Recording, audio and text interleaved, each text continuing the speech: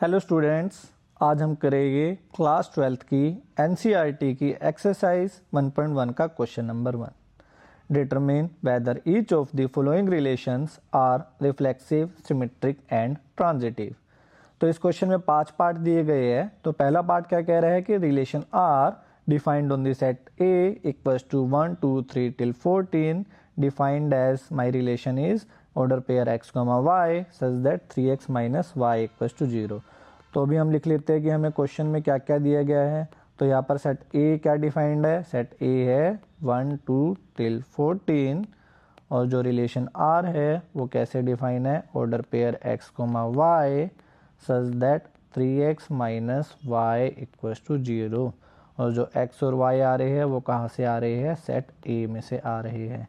तो अगर मैं इस रिलेशन को और सिंप्लीफाई करके लिखूं, ये मेरा क्या हो जाएगा x, यहाँ पर मेरा y किसके बराबर हो जाएगा रिलेशन से, y इक्वल्स टू 3x के बराबर। तो यहाँ पर मैं y की जगह लिख देता हूँ 3x और यहाँ पर x कहाँ से आ रहा है, x मेरा सेट a में से आ रहा है।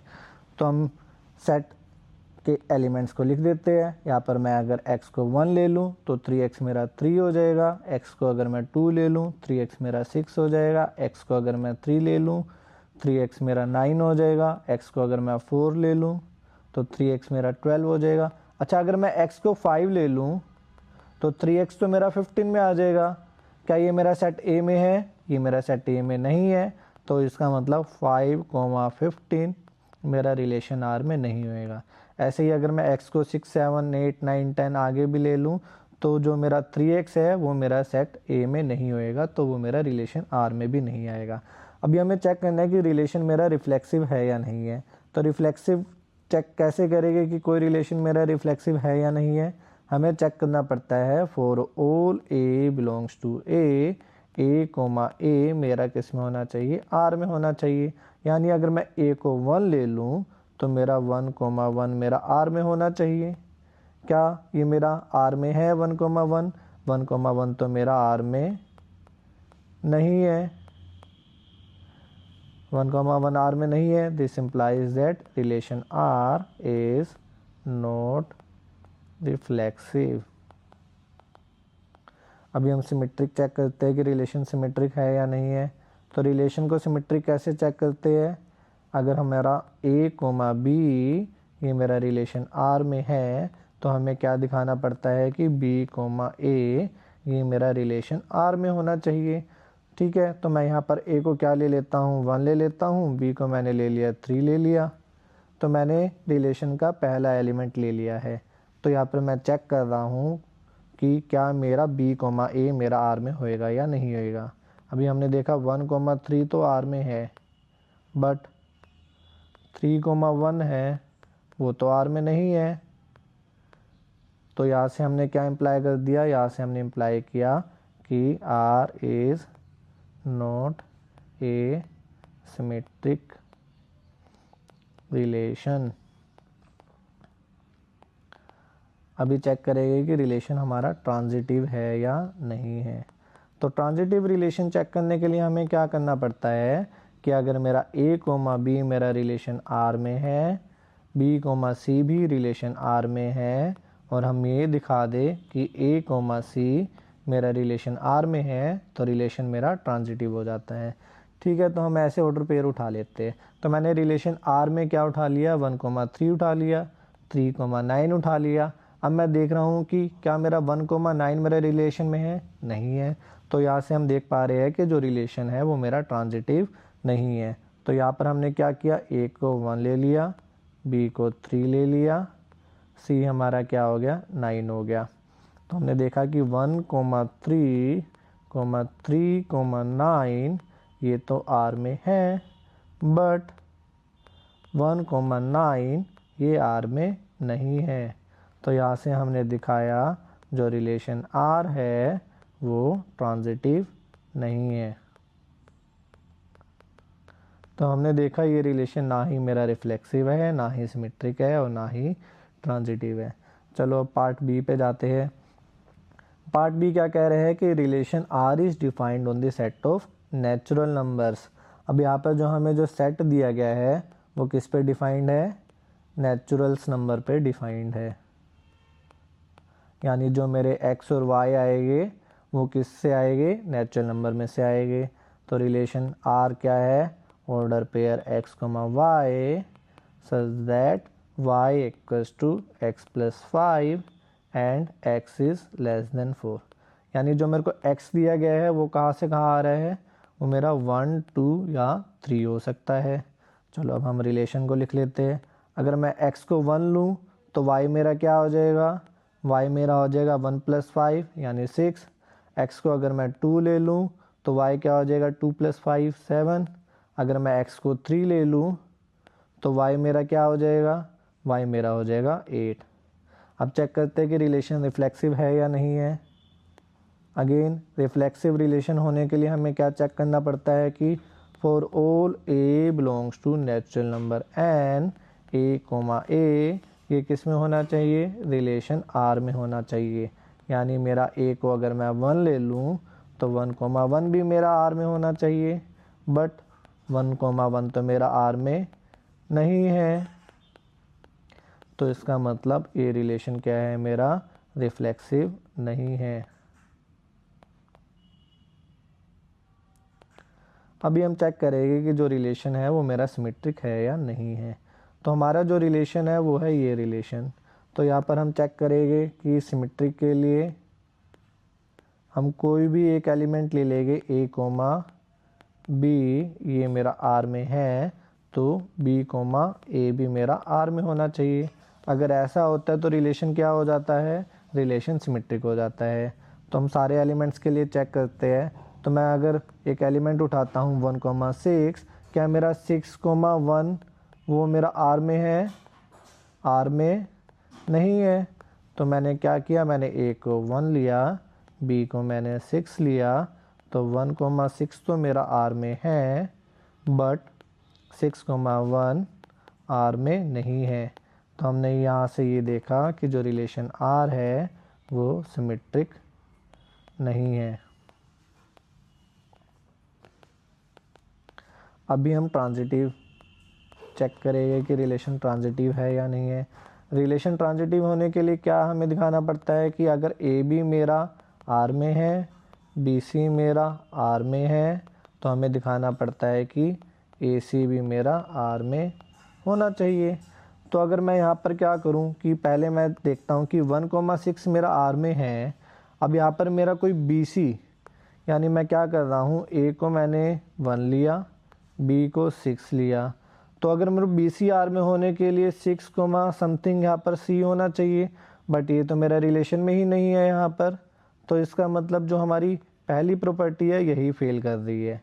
तो यानी हमारे पास ऐसा कोई भी एलिमेंट नहीं मिलेगा जो मेरी इनिशियल कंडीशन a, b और b, c ये दोनों तो R में है बट ऐसा होल्ड नहीं कर रहा है। तो यहाँ से हम डायरेक्टली कह सकते हैं कि जो रिलेशन है वो मेरा ट्रांजिटिव रिलेशन होएगा।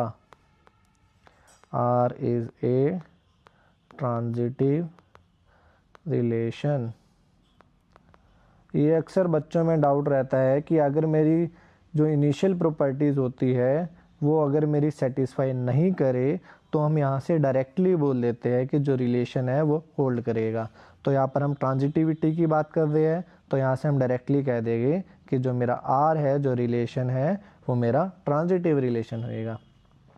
चलो अब हम चलते हैं पार्ट 3 पे।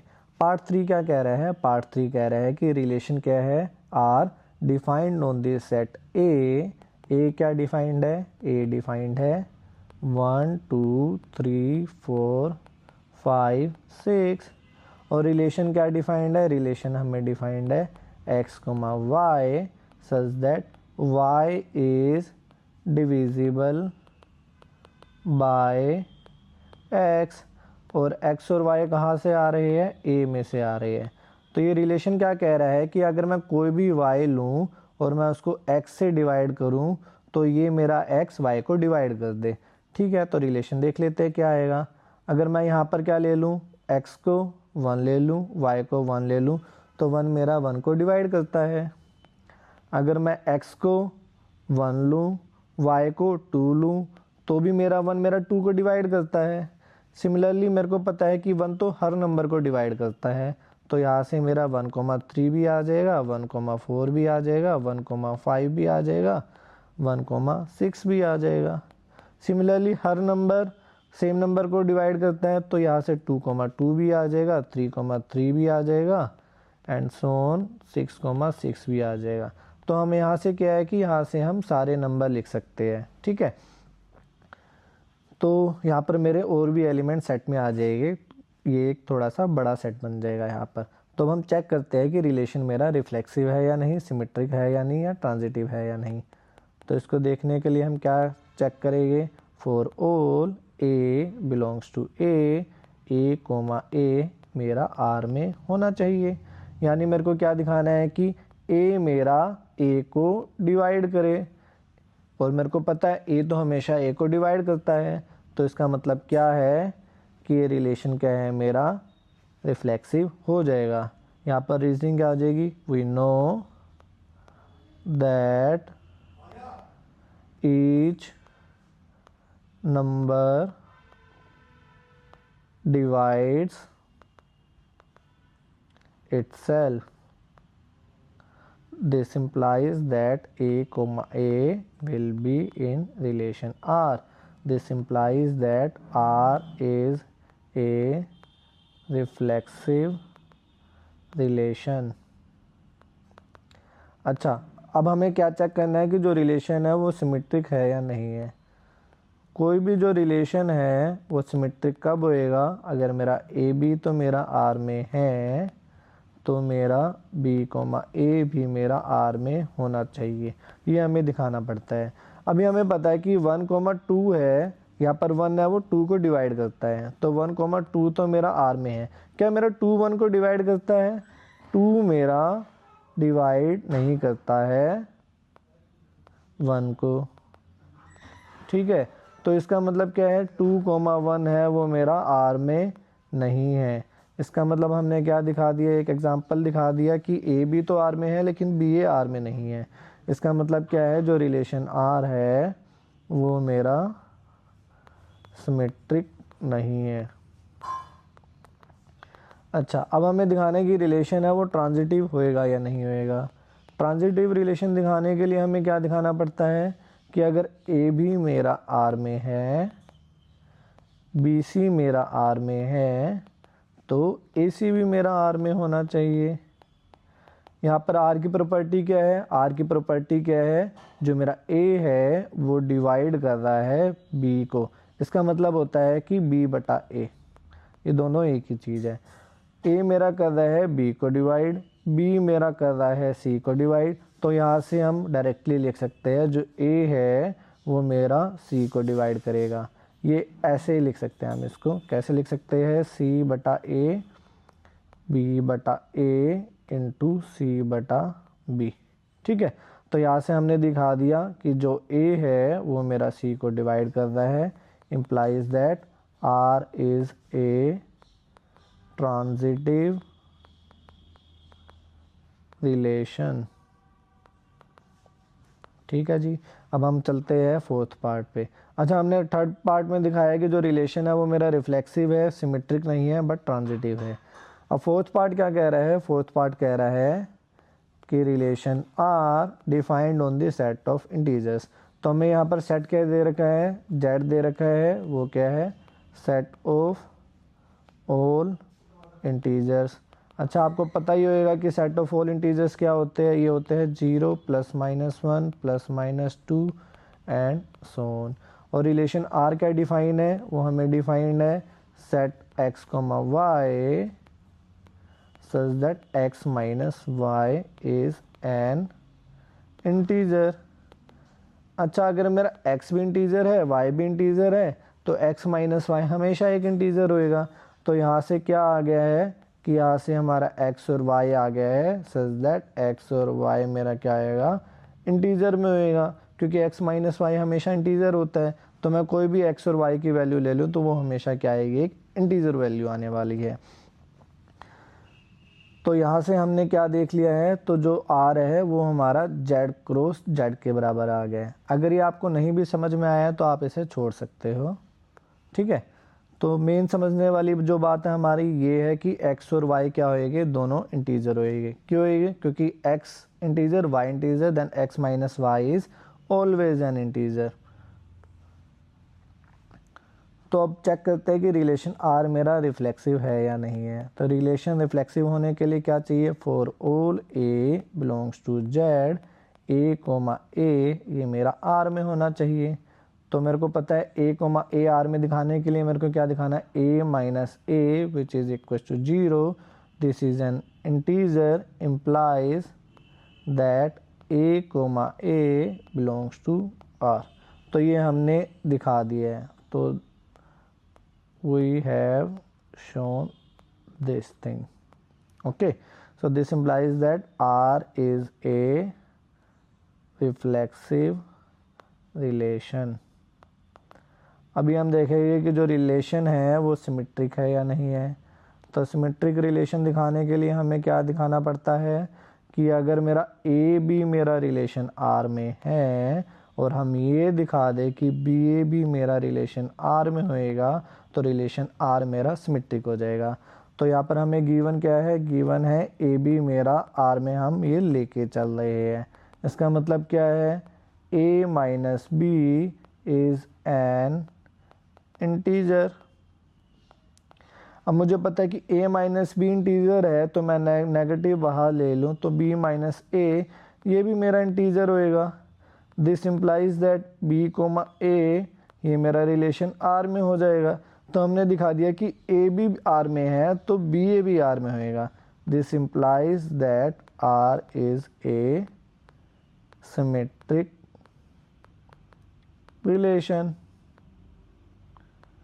अभी हमें दिखाना है कि जो रिलेशन है वो मेरा ट्रांजिटिव होएगा या नहीं होएगा।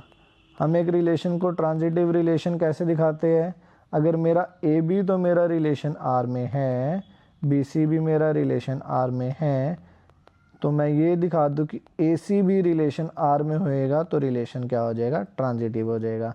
अच्छा, ए बी मेरा रिलेशन आर में है, इसका क्या मतलब है, इसका मतलब है कि ए माइनस बी मेरा इंटीजर है। अगर बी सी मेरा आर में है तो बी माइनस सी भी मेरा इंटीजर होएगा। तो अगर मैं ए माइनस बी और बी माइनस सी को मैं ऐड कर दूं तो ये मेरा आ जाएगा ए माइनस सी। अभी मेरा ए माइनस बी इंटीजर है, बी माइनस सी इंटीजर है, तो दोनों का जो समीशन होएगा वो भी क्या हो जाएगा, इंटीजर हो जाएगा। तो यहाँ से हमने दिखा दिया कि ए बी आर में है, बी सी आर में है, तो बी ए सी भी आर में हो जाएगा, यानी ए माइनस सी मेरा इंटीजर है। Implies that relation R is transitive. तो जो रिलेशन यहाँ पर डिफाइन है वो रिफ्लेक्सिव भी है, सिमेट्रिक भी है और ट्रांजिटिव भी है। अब चलते हैं हम फिफ्थ पार्ट की तरफ।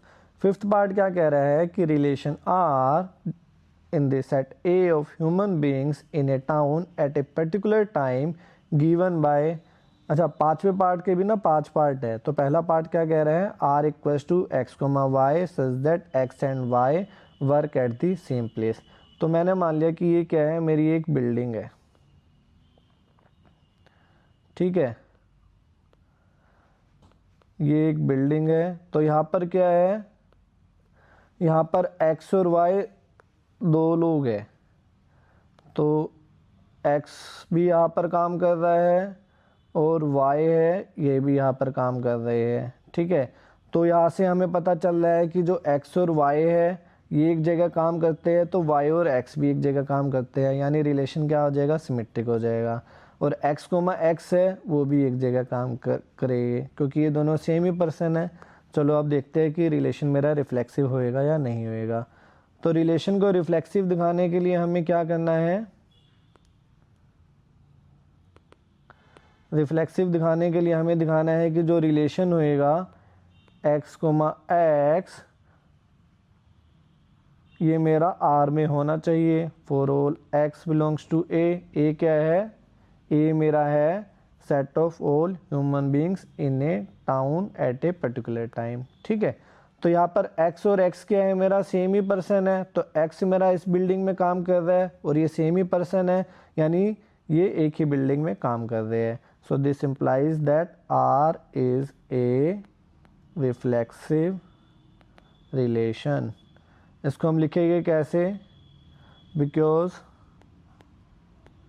X is a same person implies X is working in the same place। अच्छा, सिमेट्री के लिए हमें क्या देखना है? सिमेट्री के लिए हमें देखना है कि अगर मेरा x और y क्या है, x और y मेरा R में है, यानी x और y मेरे सेम प्लेस पे काम कर रहे हैं। This implies that x, y is working eight same place. अगर x और y एक ही जगह काम कर रहे हैं तो y और x भी एक ही जगह काम कर रहे हैं। मैं बस जो नाम है इनको रिप्लेस कर दे रहा हूँ, यानी this implies that y, x belongs to R because y, x is working at the same place also, at the same place. अभी ट्रांजिटिव चेक करने के लिए हमें क्या दिखाना है? ट्रांजिटिव रिलेशन के लिए हमें दिखाना पड़ता है कि अगर x और y R में है, y और z भी R में है, this implies x and y working at same place,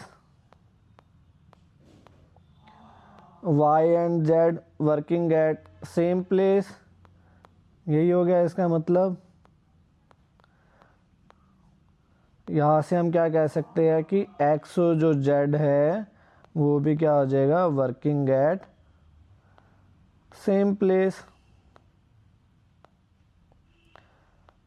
कैसे? अगर मेरा x और y मेरा इधर काम कर रहे हैं एक ही बिल्डिंग में, और जो मेरा जो z है वो भी मेरा इसमें है। क्यों है सेम बिल्डिंग में काम कर रहे हैं? क्योंकि y और z भी हमें क्या दे रखे हैं? रिलेशन R में है। ये दोनों एक जगह काम कर रहे हैं, तो इसका मतलब क्या हो जाएगा? जो x और जो z है वो भी सेम जगह काम कर रहे हैं। तो यहाँ से हमने क्या दिखा दिया? यहाँ से हमने दिखा दिया कि जो रिलेशन R है वो क्या है? ट्रांजिटिव है। अभी हम ना बी पार्ट देख लेते हैं। बी पार्ट भी ना सेम ही है। यहाँ पर क्या है? यहाँ पर सेम जगह काम करने की बजाय उन्होंने लिख दिया कि सेम लोकेलिटी में रह रहे हैं। तो यहाँ से ए पार्ट की तरह हम क्या लिख सकते हैं? ये मेरा रिफ्लेक्सिव होएगा, क्योंकि for all a in a x comma a, x मेरा सेम ही पर्सन है, तो एक्स कोमा एक्स मेरा आर में हो जाएगा, बिकॉज मेरा x lies in the same locality. अच्छा, अब मेरे को क्या चेक करना है? मेरे को चेक करना है कि रिलेशन है वो मेरा सिमेट्रिक है या नहीं। सिमेट्रिक के लिए क्या चेक करते हैं कि अगर x, y मेरा रिलेशन R में है, यानी x और y live in the same locality. अगर x और y सेम लोकेलिटी में है तो y और x भी मेरा सेम लोकेलिटी में लिव करेंगे। implies that y, x live in the same locality, implies that y, x belongs to R, implies R is symmetric। अब मेरे को चेक करना है कि रिलेशन है वो मेरा ट्रांजिटिव है या नहीं है। ये भी हमारा ए पार्ट की तरह हो जाएगा। अगर मेरा x और y मेरा R में है, यानी दोनों एक ही लोकेलिटी में रह रहे हैं, y, z भी मेरा R में है, यानी y और z भी सेम लोकेलिटी में रह रहे हैं, this implies that x, z ये भी मेरे सेम लोकेलिटी में रहेंगे। अगर मेरा x और y है, x इधर रह रहा है, y इधर रह रहा है सेम लोकेलिटी में, y और z भी मेरा सेम लोकेलिटी में रह रही है, तो दिस इम्प्लाइज क्या है कि जो x है और जो z है ये दोनों भी क्या है, सेम लोकेलिटी में रहेंगे। तो यहाँ पर हम लिख सकते हैं कि x y live in same locality, y z live in same locality implies that x comma z live in the same locality. This implies that relation R is transitive.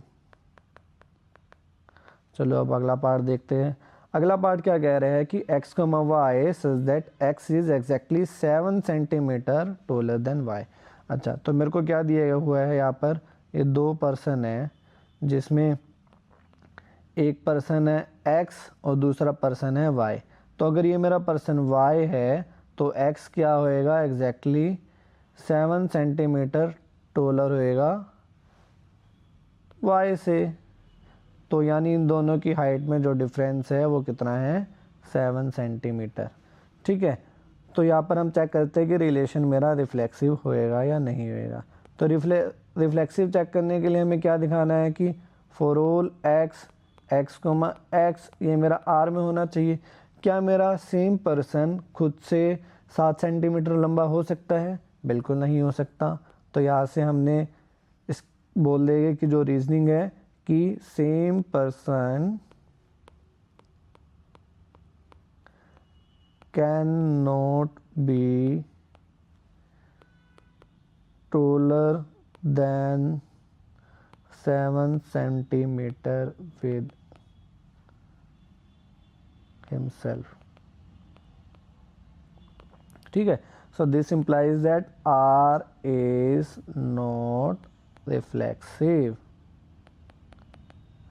अब आ जाते हैं सिमेट्रिक रिलेशन के लिए। Symmetric relation में क्या check करना पड़ता है, अगर मेरा x कोमा y ये मेरा r में है तो हमें क्या दिखाना पड़ेगा कि y कोमा x भी r में है।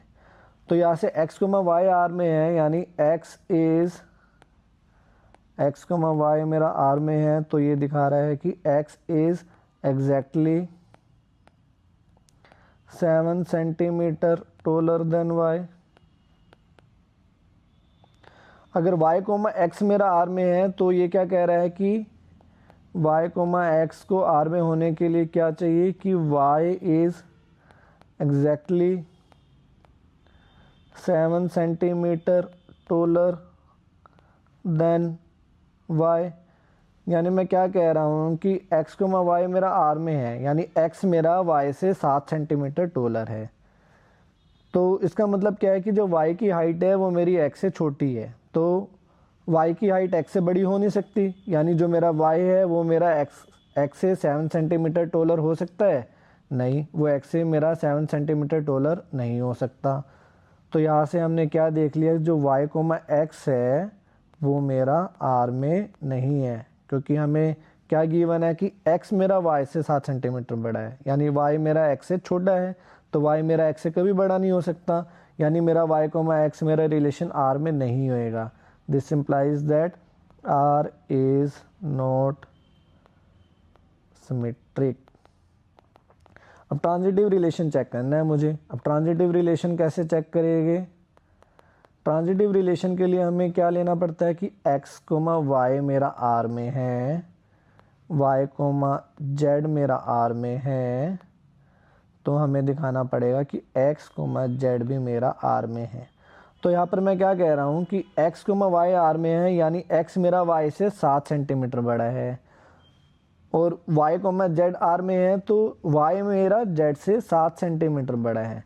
तो अगर मैं यहाँ पर z को भी ड्रॉ कर दूँ तो z मेरा कहीं ना कहीं यहाँ हो जाएगा, ये मेरा क्या है, z हो गया है, ये वाला पोर्शन।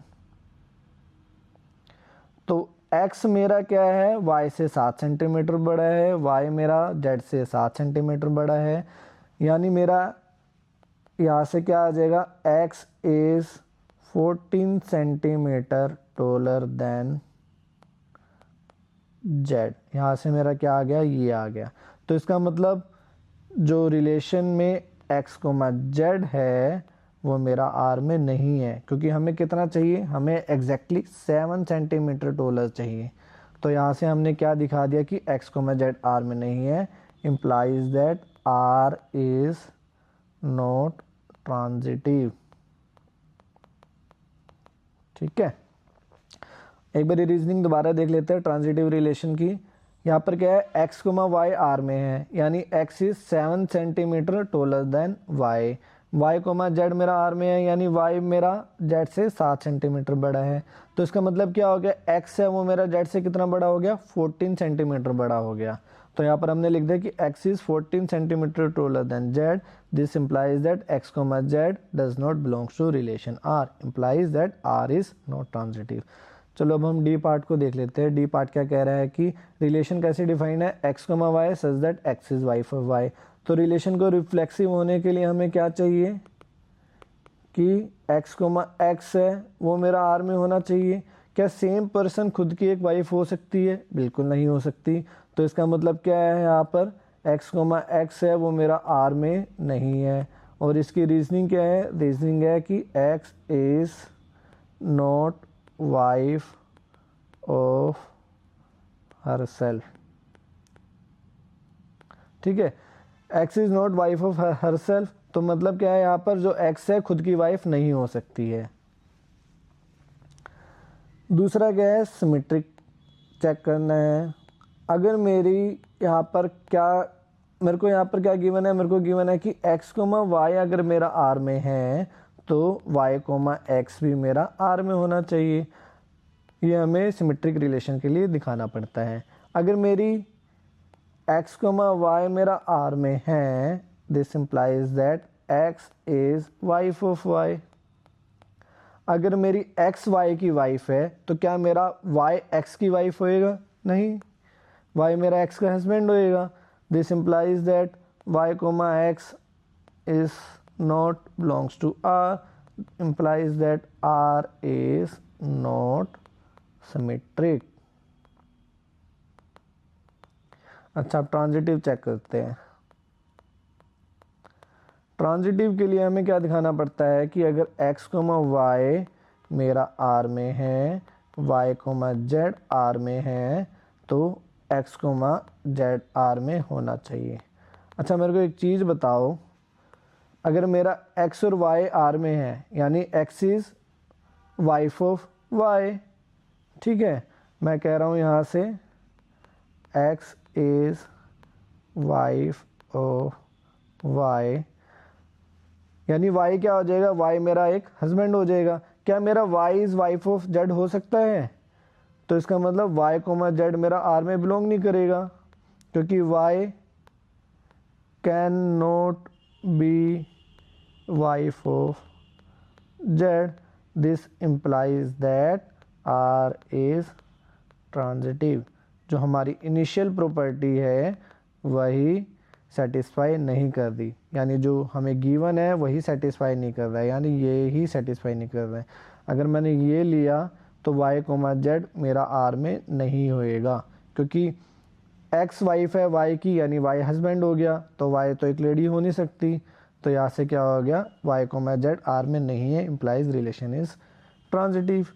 तो जो ई पार्ट है वो भी सेम दिया गया है, डी पार्ट की तरह है। तो चेक कर लेते हैं कि रिफ्लेक्सिव है या नहीं है। अब मेरे को ये बताओ, क्या एक बंदा खुद का फादर हो सकता है? नहीं हो सकता।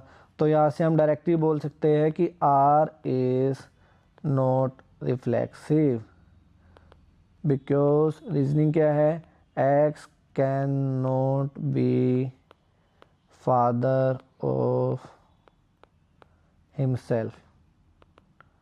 ठीक है, क्या ये सिमेट्रिक होएगा रिलेशन?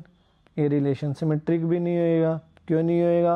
अगर मेरा x कोमा वाई आर में है, implies x is father of y। This implies that y is son of x, या सन होएगा या फिर डॉटर होएगा। ठीक है, सन और डॉटर। इसका मतलब क्या है कि जो y है वो तो फादर नहीं हो सकता है x का, ठीक है। तो यहाँ से this implies that y can not be father of x, implies r is not symmetric। अच्छा, मेरे को चेक करना है कि रिलेशन मेरा ट्रांजिटिव होएगा या नहीं होएगा। तो ट्रांजिटिव रिलेशन चेक करने के लिए हमें क्या करना पड़ता है, अगर मेरा x, y r में है, y, z मेरा r में है, तो x, z मेरा r में होना चाहिए, ठीक है। x, y r में implies x is father of y, ये मेरे को ये दिखा रहा है x, y r में है। और अगर y, x r में है, y, z मेरा r में है, this implies that y is father of z। तो ये दोनों स्टेटमेंट क्या इम्प्लाई कर रही है, जो x है वो क्या आएगा, ग्रैंड फादर होएगा, grand father of z। This implies that x is not father of z, ठीक है। तो यहाँ से हमने क्या देखा, जो ये रिलेशन है ये ट्रांजिटिव नहीं है। This implies that r is not transitive, ठीक है। तो हमने ई पार्ट में देखा कि जो रिलेशन है वो मेरा क्या है, सिमेट्रिक नहीं है, रिफ्लेक्सिव भी नहीं है और ट्रांजिटिव भी नहीं है। तो इसी के साथ होता है हमारा क्वेश्चन कंप्लीट। अगर आपको इस क्वेश्चन में कोई भी डाउट हो तो आप कमेंट सेक्शन में पूछ सकते हैं।